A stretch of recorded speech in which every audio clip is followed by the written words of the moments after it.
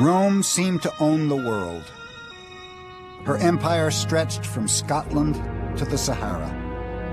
Her army controlled 3 continents. 50 million people lived under her laws. Rome's empire was the greatest political prize the world had ever seen. This is the story of those who would do anything to win it.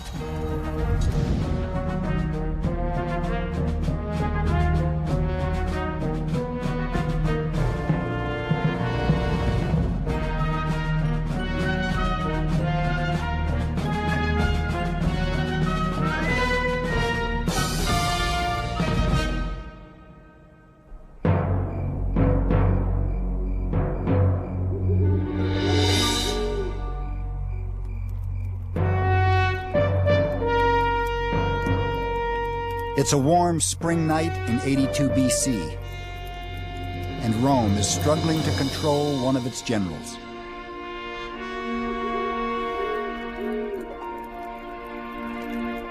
Lucius Cornelius Sulla has camped 50,000 soldiers just outside the city to intimidate his opponents in Rome.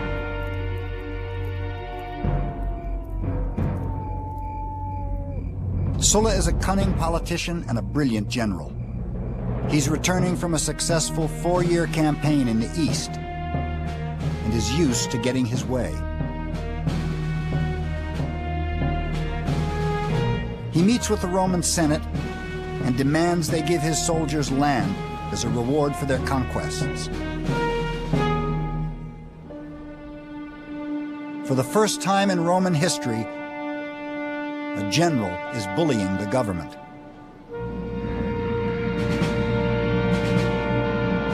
The senators refuse.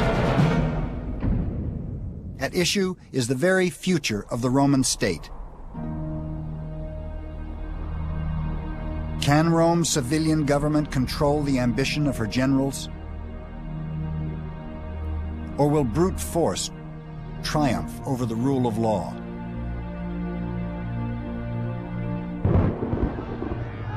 That night, Sulla posted his answer. Lists of his political enemies with cash rewards next to their names. Sulla had tried to persuade his opponents. Now he promised to kill them. It was a bloodbath. Thousands died. Husbands were slaughtered in the embraces of their wives, sons in the arms of their mothers. And those who were killed in the passion of the moment were as nothing compared with those who were just butchered for the sake of their property. Plutarch.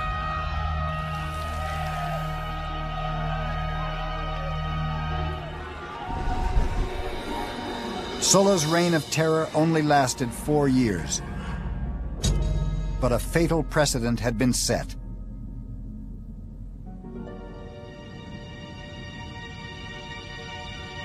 A general had returned from war and persuaded a Roman army to help him seize power in Rome.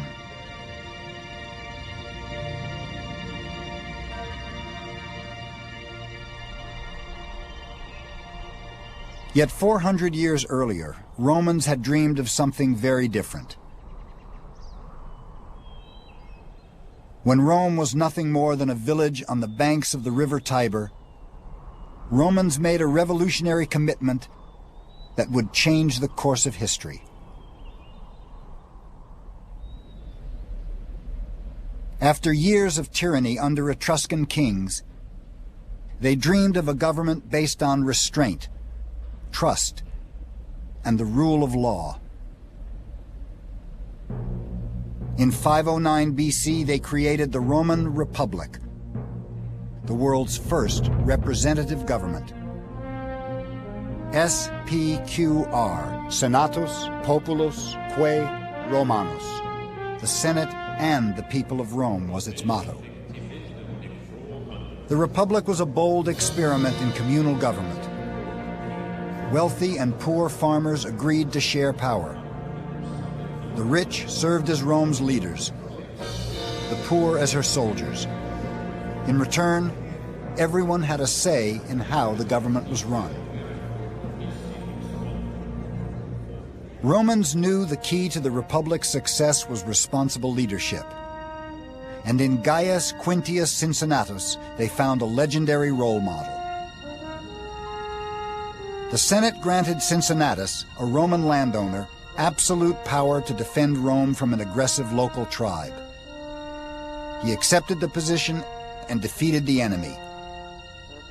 14 days later, he voluntarily resigned and humbly went back to work on his farm.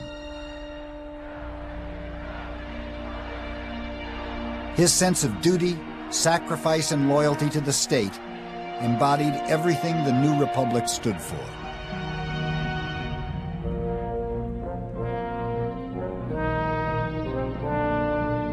The Roman Republic has served as a model for Western democracies ever since. Everything from its public architecture to its political rituals is strangely familiar.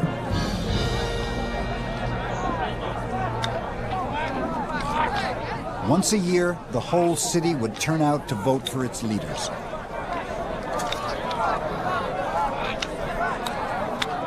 Competition for the consulship, the most important public office, was intense. The election of a consul in the Roman Republic is like the election of the American president. You call people friends who you would not normally call friends. You shake hands, you kiss babies. And what you're trying to do is to get a bandwagon going, to appear a winner. And very gradually, as in American presidential elections, people drop by the wayside. Something goes wrong with their campaign. The remaining candidates then turned to their spin doctors. If it can be managed at all, there should be scandalous talk of character, about the crimes, lusts, and briberies of your competitors. Quintus. It was up to the senators to ensure that politics didn't get too frivolous. They were the guardians of Rome's traditions. The Roman Senate and the American Senate are the two greatest senates of all time. Roman senators got no pay. They serve for the honor of serving their state as a senator. The Senate was intended to be made up of old men, not the swiftest of the swift or the strongest of the strong, but the wisest of the wise. Why were they wise? Why were they the wisest of the wise? Because they were old men. They had experience. Under their watchful eye, the young republic fostered a sense of civic pride, the foundation of Rome's empire. Her volunteer army carried Roman power to unimaginable places. By the 2nd century BC, Rome was mistress of the Mediterranean. Yet beneath the surface of Rome's success lurked serious contradictions. Women had few rights, and it was never one man, one vote. Elections were always rigged in favor of the wealthy. Political equality was never a Roman ideal. They lived in a world of extremes. While the rich redefined the meaning of decadence, 95% of the people struggled below the poverty line.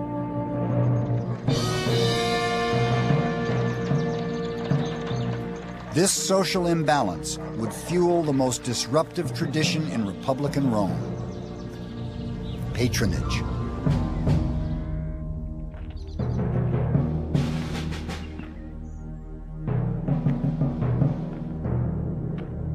Every morning at dawn, the poor gathered in the courtyards of the rich. These wealthy patrons saw to the needs of their clients. Some needed work, others legal advice. In return, clients promised patrons their vote at election time.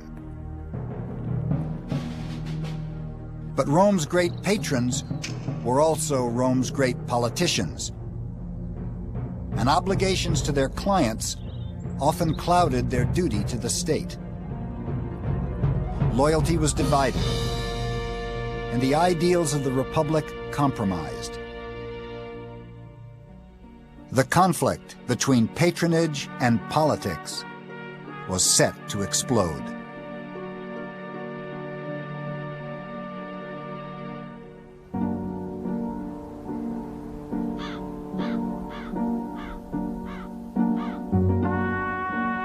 A small group of wealthy families ruled Rome.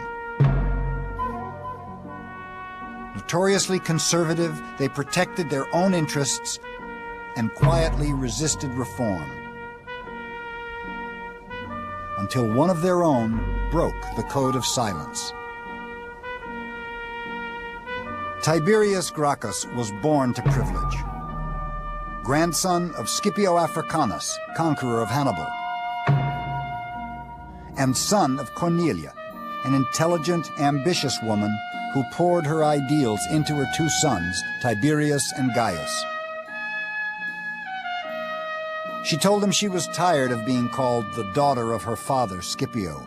She wanted to be known as the mother of her sons.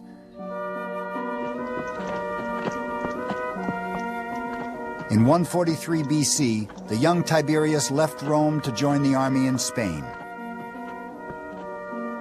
It was a very disturbing journey. While Tiberius was traveling through Italy, he saw for himself how the country had been deserted by its native inhabitants, and how those who tilled the soil or tended the flocks were barbarian slaves introduced from abroad. But it was above all the people themselves who did most to arouse Tiberius's energy and ambitions, calling upon him to recover the public land for the poor. Plutarch. The ambitious aristocrat had found his cause. In the 3rd and 2nd centuries BC, the Roman Empire had more than doubled in size. The conquering soldiers were still volunteers, poor Roman citizens who owned small farms. When the Roman Empire was small, this citizens' militia had worked well. Men served for only part of each year, coming home regularly to work their farms.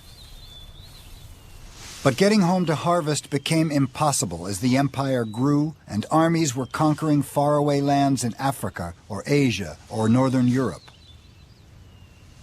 If you're serving abroad for years and years in a long process of imperial conquest, the result is that when you put down your sword at the end of the campaign, there is no ploughshare left, because your brother nicked it ages ago, and it wasn't just your brother, it's the big landlord next door who's extended his estate. So that you do have very large numbers of people who don't have land to return to.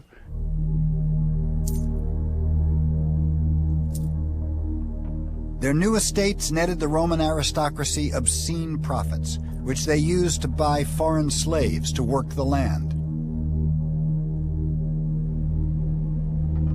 So when veterans returned from war, they'd lost their land to the wealthy and their jobs to slaves. Tiberius Gracchus promised to change all that. The wild beasts that roam over Italy have their dens and holes to lurk in.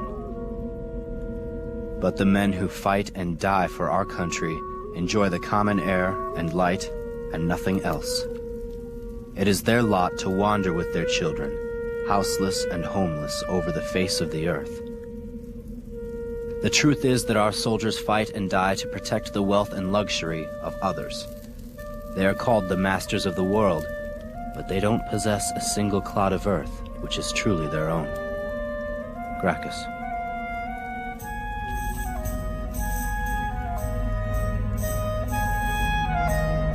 Gracchus proposed something radical. The government should divide public land among Rome's homeless. The senators were horrified.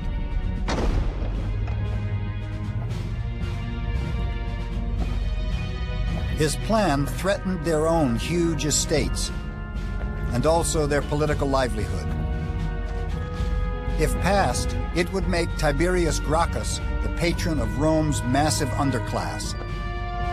He'd be the most powerful man in Rome. The story of Tiberius Gracchus is the Roman aristocrat who cheats. He does the thing that they've all got a little convention among themselves. There's some things you do, there's some things you don't do.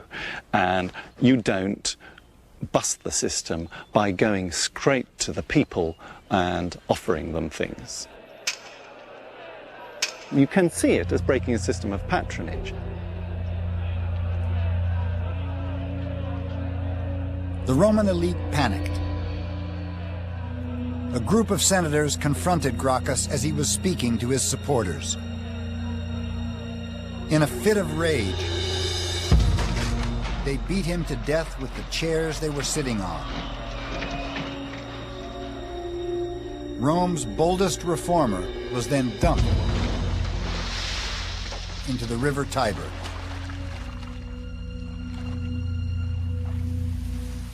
Yet Gracchus had revolutionized Roman politics. By championing the needs of the poor, Gracchus had shown how an ambitious aristocrat could outmaneuver his conservative peers. But people power would do more than divide Rome's leaders. Ultimately, it would threaten the Republic.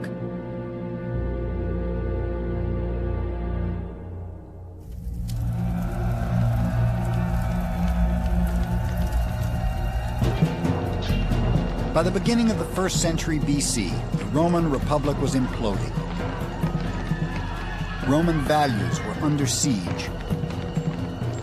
Slave revolts stunned Sicily and Italy. Something had to give. The collapsing republic found an unlikely supporter. Born in a wool-dyeing shop in central Italy in 106 BC, Marcus Tullius Cicero dedicated his life to opposing the greed and violence that threatened his world.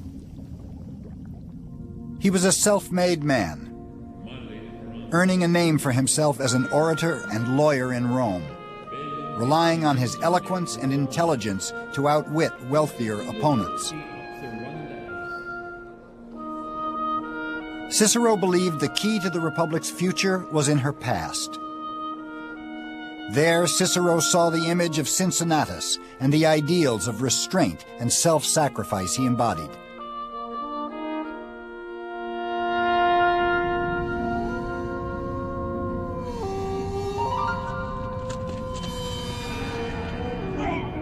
But there was another role model. Romulus, Rome's legendary founder, who was reared by a savage wolf and killed his own brother in a struggle for power. In legend, greed and treachery were Rome's founding virtues, and they threatened to be the most enduring. I would rather be the first man in a barbarian village than the second man in Rome. Julius Caesar. Rome's most notorious citizen was born to wealthy parents in 100 BC.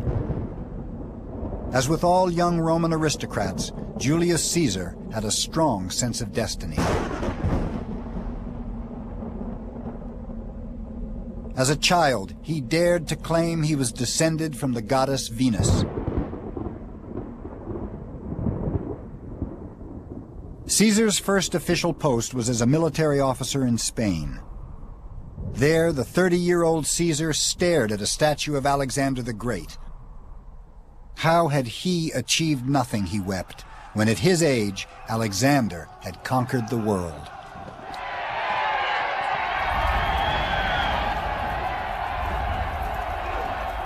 Roman politicians had always staged huge spectacles to impress the voters.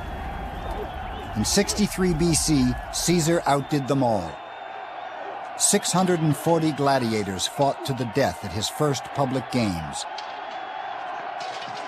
It was an unprecedented display of power.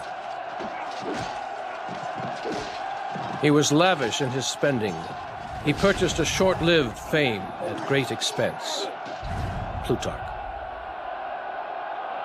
But Caesar knew there were two secrets to gaining power in Rome. One was playing to the people.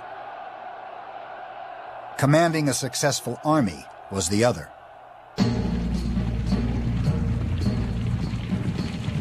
In 59 BC, Caesar became military commander over Gaul, modern-day France. 9 years later, 1 million Gauls were dead or enslaved. It was a flagrant act of genocide.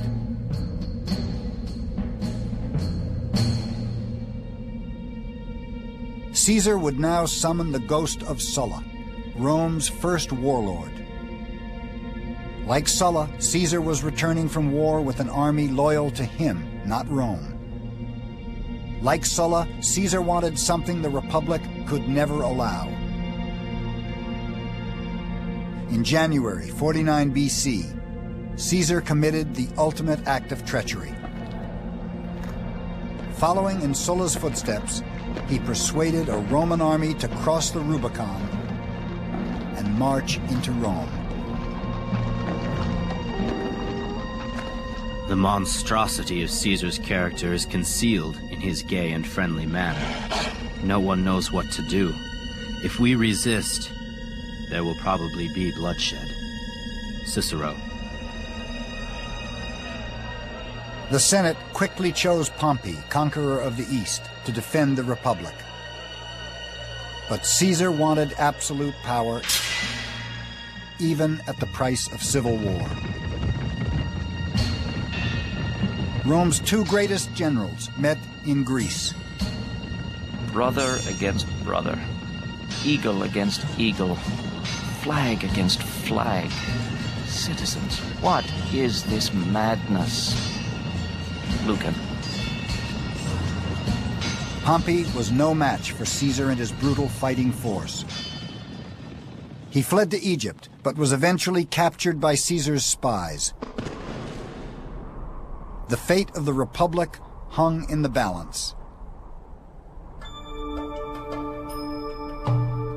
But Caesar had other things on his mind. In Egypt, in 48 BC, he met the young Queen of the Nile, Cleopatra. They fell in love and had a child. Cleopatra persuaded Caesar to help her overthrow her brother and gain the throne of Egypt. Then, in 46 BC, she accompanied Caesar back to Rome. Cleopatra represented for the Romans every threat you can imagine. She was African, a woman, beautiful, she was powerful. You find her seducing Julius Caesar. Julius Caesar, right, who conquered the Gauls, who was this great soldier, who was this politician, who wanted to be the dictator in Rome. Cleopatra reminded them of their vulnerability, and that frightened them very, very much.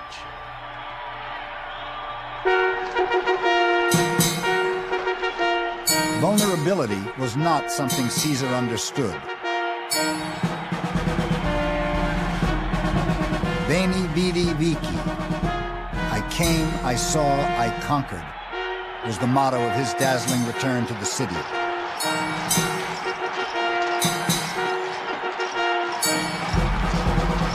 That evening, he threw a banquet for 22,000 of Rome's poorest citizens. Hypnotized, the people did the unthinkable. They voluntarily voted Caesar the absolute powers of a dictator.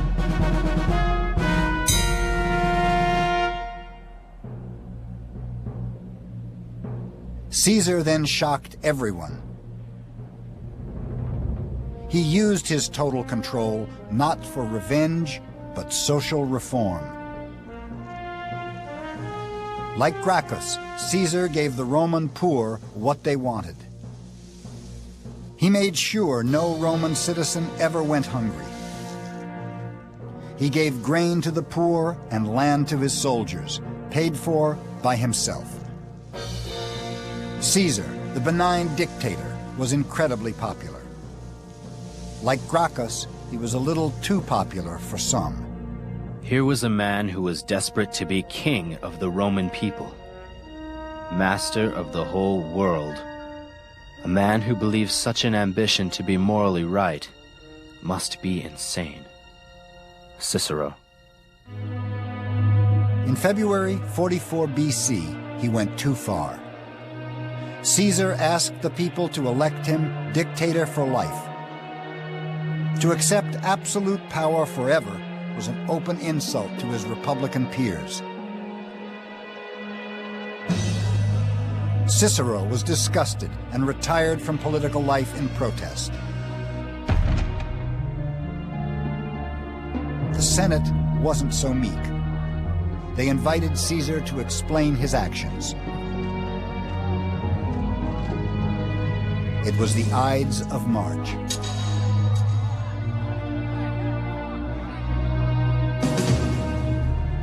By mid-morning, the crisis was over.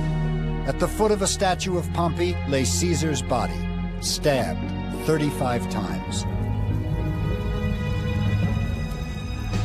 Rome's poor were outraged. At Caesar's funeral, they lit torches from the pyre and set fire to the houses of the assassins. That night, a comet blazed across the sky. It seemed an omen. Julius Caesar, the champion of the poor. The citizens of Rome declared him a god. That changed everything. For the poor had made it clear they valued the gifts of a dictator more than the empty promises of a republic. You could get rid of Caesar, but you couldn't get rid of Caesarism. As Cicero says at one point, it's a strange thing, we've killed the man and confirmed everything that he's done, because you couldn't do away with it. And in fact, those last years after Caesar's murder are not about the destruction of the Republic. The Republic was destroyed by Caesar. It's simply about who's going to replace Caesar. Two rivals came forward to vie for the dead dictator's absolute power. Octavian, Caesar's 18-year-old son-in-law and heir, and Mark Antony, Caesar's closest friend and ally, no stranger to the politics of intimidation. In 43 BC, Antony raised an army and surrounded the Senate. The Republic was once again under siege. Cicero came out of retirement to attack Antony. He thought Octavian was the Republic's last chance. Cicero confronted Antony in the Senate. Your ambition to reign is as fierce as Caesar's. I would gladly offer my own body if my death could redeem the freedom of our nation. Antony took Cicero at his word, and 2 months later, his thugs murdered the Republic's boldest defender. His hands were cut off and put on public display in Rome. Its conscience dead, the Roman Republic was in crisis.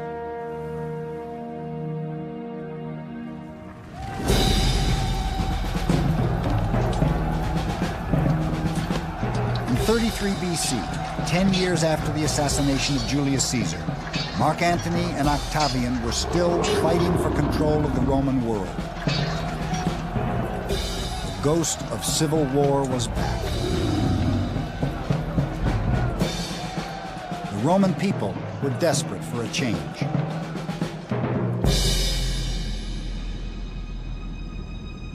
The rule of a single man is the only remedy for a country in turmoil. Tacitus. Octavian finally defeated Anthony in 31 BC to become the undisputed ruler of the entire Roman world. But his greatest victory would be one of statesmanship. Octavian was poised to redefine the very meaning of power in Rome. He understood patronage was the secret to control in Roman society.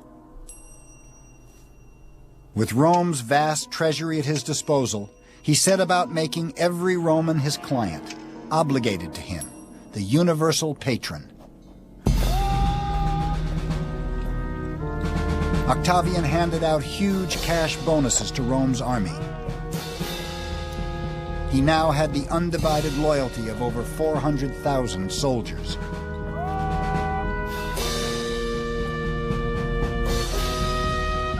He then played to the people like never before, increasing the grain handout and building huge aqueducts to bring fresh water to Rome's poor.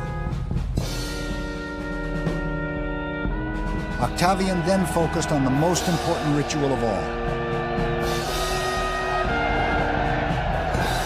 He staged the most lavish games Rome had ever seen. Wild beasts and gladiators fought for days in the packed arena. Seduced, the people voted him all the power he asked for. The Roman Senate then stunned everyone. In 27 BC, they allowed Octavian what they had denied Caesar, the constitutional right to absolute power for life. Octavian took the name Augustus, the sacred one. Rome, once a bastion of open government, had willingly become an empire, ruled by a single man.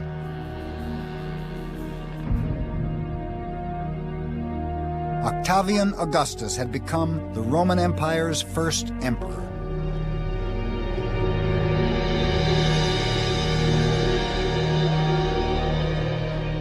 "2,000 years later, Benito Mussolini, Rome's last fascist dictator, styled himself on Rome's first emperor in revealing ways. Like Augustus, Mussolini seized power by force. Like Mussolini, Augustus forced a consensus through intimidation. But for the vast majority of people in the Roman Empire, that didn't matter. For them, Augustus was a savior. He offered the peace and stability they had craved for nearly a century. From the Atlantic to the Euphrates, from Spain to Syria, people were free to think about something other than war. It was the Pax Romana, Rome's golden age, the longest period of peace Europe has ever known.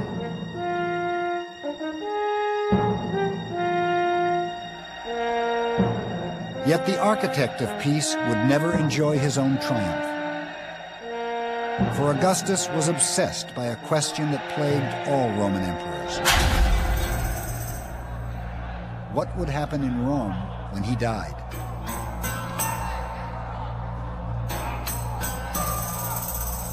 The dilemma of dynastic succession would haunt Augustus for the rest of his life.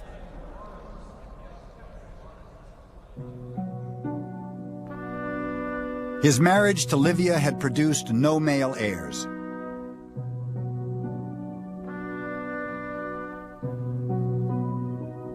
The burden of producing one fell on his young daughter, Julia. Augustus carefully selected her partners. Julia was married first to her cousin, Marcellus, but he died tragically at the age of 19.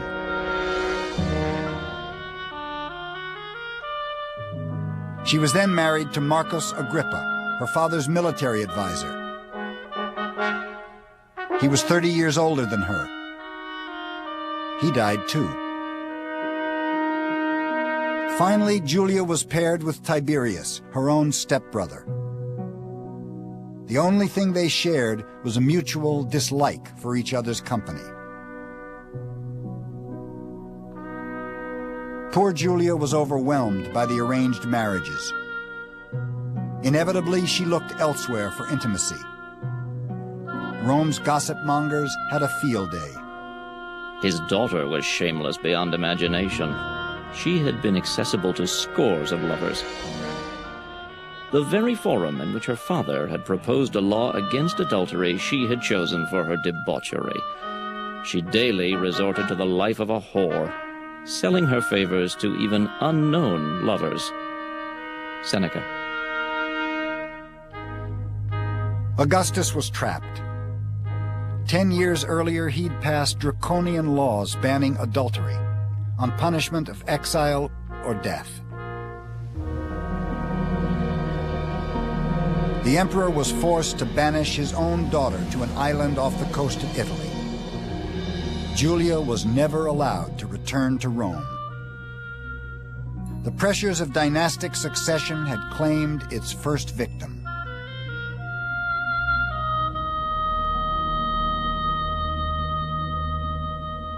Rome's first emperor eventually died in 14 AD at the age of 76.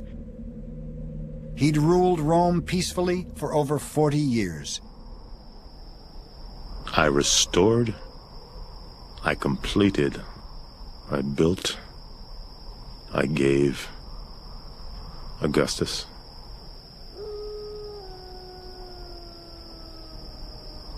Augustus had given Rome a sense of pride, stability, and prosperity.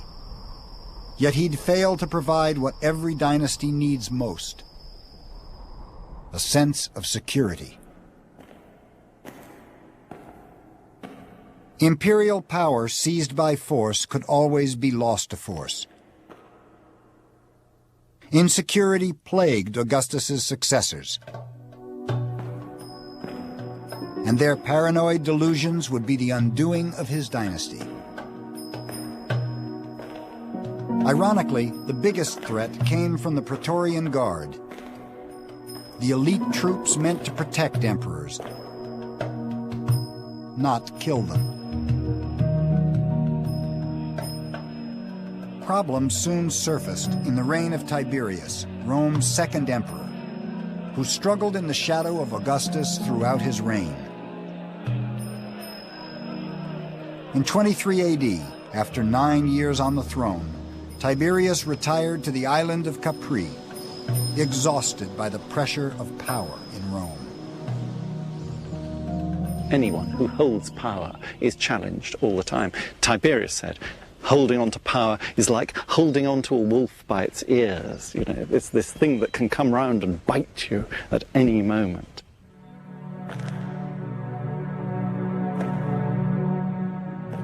Tiberius left Rome in the care of Sejanus, his trusted Praetorian commander.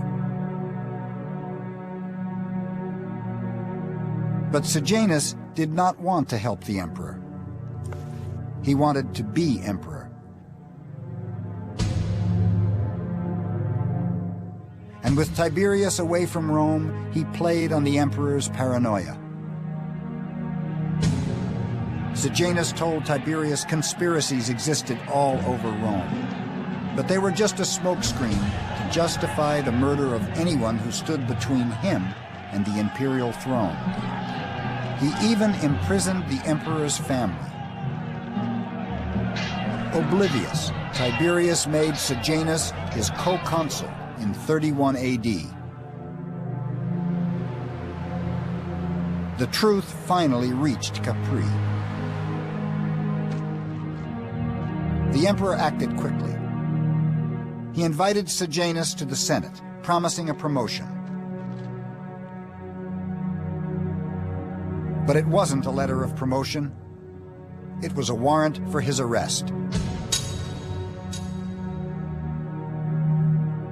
Sejanus never made it to trial. His treachery highlighted a fundamental problem in Imperial Rome. Everyone knew that the Praetorian Guard watched over the emperor. But who watched over the Praetorian Guard? Tiberius responded just in time.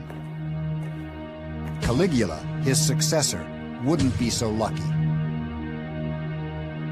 Rome's third emperor was notoriously brash, particularly towards the Senate. But Caligula is best remembered for another relationship. With his racehorse, Incitatus. The emperor gave the horse a marble house and an ivory bed. He regularly invited the horse to dinner in the imperial palace and even threw huge parties for him. But Caligula topped everything when he recommended his horse be elected consul, the leading magistrate in Rome. To some people, it was more than the whim of a madman. Say you're sitting in the White House, and as usual, Congress is being difficult. And you want to say, I want to go in front of the American people, and I want as president to demonstrate my contempt for Congress. And how am I going to do that? I'm going to make my dog a congressman. I'm going to say to the American people, I value the Congress and what they have to say as much as I do what my dog says when it barks. So when Caligula made his horse a consul, that's a fantastically clever political insult to the Senate. Rome's rich and powerful were not so impressed. On the 24th of January, 41 AD, they bribed the Praetorian Guard to murder the emperor. But they wouldn't have killed Caligula if they knew of the horror to come.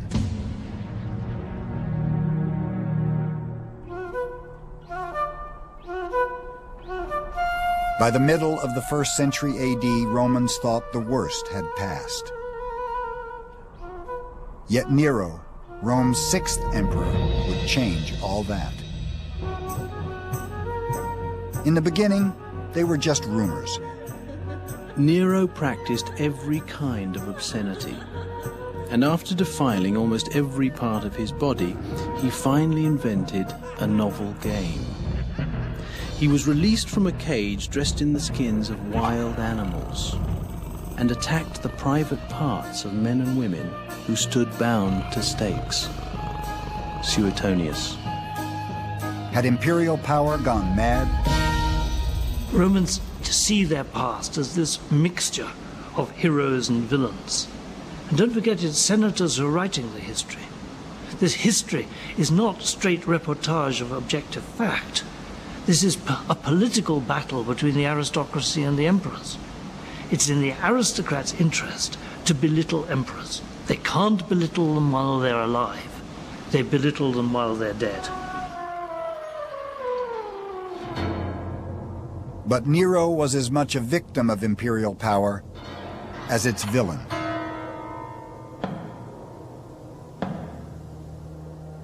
His father died when he was only 3. He was brought up by his overbearing mother Agrippina, who had one ambition: to make her son emperor. The young Nero never shared her passion for the throne. As a child, he showed more interest in art than politics, but his mother deliberately ridiculed his musical talents. In 54 AD, at the tender age of 16, Nero became an unwilling emperor. He began by doing what emperors were supposed to do. He provided for the poor, building massive public baths and handing out cash to every Roman citizen. Rome, it seemed, was in capable hands, but whose hands were they? Agrippina still exercised a humiliating influence over her son. She minted coins that showed her next to the emperor. Nero was furious. He turned to the one thing he loved and thought he was good at: the theater. Yet Rome's performing artists were normally slaves, courtesans, or foreigners, never emperors. How could one endure to hear, let alone see, a Roman, a senator, a Caesar, An emperor named on the program as a contestant. In putting on the mask of an actor, he has thrown off the dignity of his sovereignty. Cassius Dio. When Agrippina joined the public outcry, Nero snapped. He immediately banished his mother from Rome. But distance did not solve the problem. Agrippina's repeated criticism incensed Nero. In a fit of anger, he asked the Praetorian Guard to silence his mother once and for all. Romans were appalled. It was their first glimpse of the emperor's brooding insecurity. Nero scrambled to resurrect his public image. What Nero then does is a very dangerous experiment in playing to the people, because he plays in ways which traditionally have been defined as beyond the pale. To perform as a charioteer is definitely breaking all sorts of status barriers. And yet the charioteers are the pop stars of the day. Nero's antics seem to have saved him.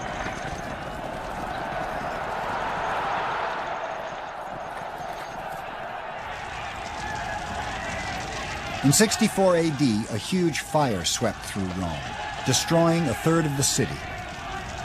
Half the population was left homeless.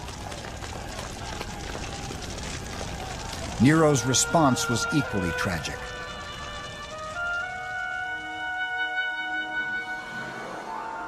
In the ashes of the devastated city, he built a massive 50-acre palace. His golden house had lavish gardens and huge lakes, even a private zoo.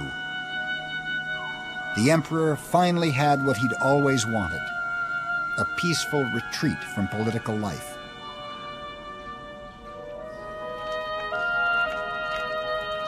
Rumors quickly circulated that the emperor had intentionally started the fire to clear space for his new palace.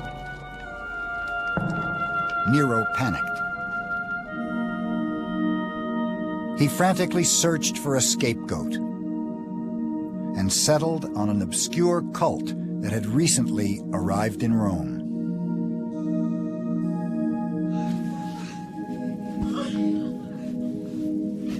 Nero substituted as culprits and punished with the utmost refinements of cruelty a class loathed for their vices, who the crowd called Christians. Vast numbers were convicted, and derision accompanied their end. They were covered with wild beast skins and torn to death by dogs, or were fastened to crosses and burned to serve as lamps by night. Tacitus.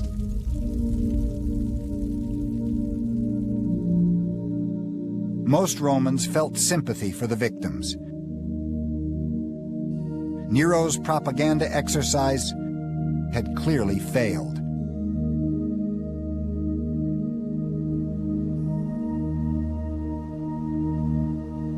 Once again, he took refuge in his own artistic fantasies and set off on a singing tour of Greece.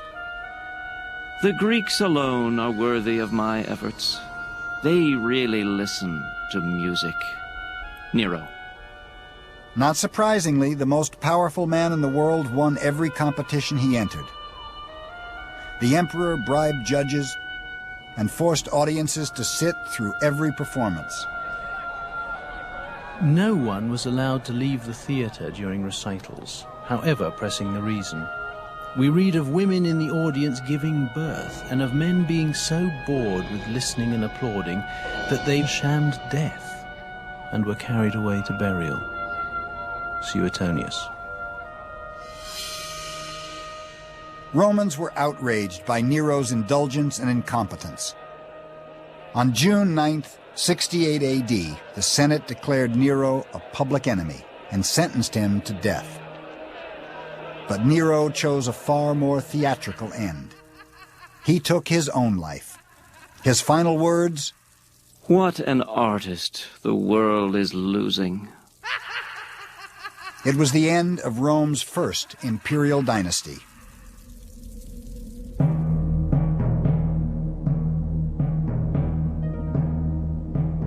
Augustus had ruled with restraint. Tiberius had ruled with indifference. Nero hadn't really ruled at all. The tragic demise of Rome's first imperial dynasty would echo for centuries to come. There would be emperors in Rome for another 400 years. But their dynasties would all rule with the same rhythm of power. Like Augustus, they'd start off promising the best of times. Their generosity would give Rome its grandeur. Their armies would guarantee the empire its peace. But like Nero, their reigns would end in catastrophe. Excess would undermine Rome's greatness. Delusions would condemn millions to die. Power and glory, the curse of imperial Rome.